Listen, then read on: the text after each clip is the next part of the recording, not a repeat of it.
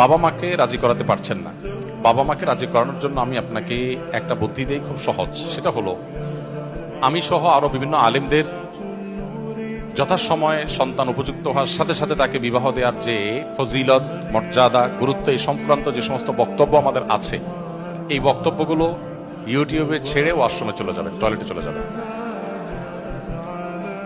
এবং এই বুদ্ধিটা এক তরুণ নিজে আমাকে দিয়েছে।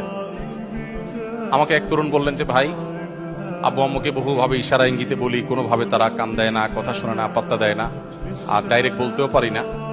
তো পরে এই বিষয়ে আপনার একটা বক্তব্যের লিঙ্ক পেয়েছি, ওইটা খুলে ফুল ভলিউম দিয়ে জাস্ট চালাই দিয়ে আমি চলে গেছি ওয়াশরুমে। এই ফাঁকে আব্বু আম্মু শুনছেন। ওনার ফলাফল কি হয়েছে সেটা আমি জানি না, বেচারা কপালে বিয়ে জুটেছে কি জুটেনি সেটা আমি জানি না, তবে চেষ্টা করেছেন তরুণ, এবং বুদ্ধিটা আমার কাছে বেশ ভারী পছন্দ হয়েছে, সেজন্য আপনাদের সাথে শেয়ার করলাম। আর এর বাইরে ওই যে বললাম যে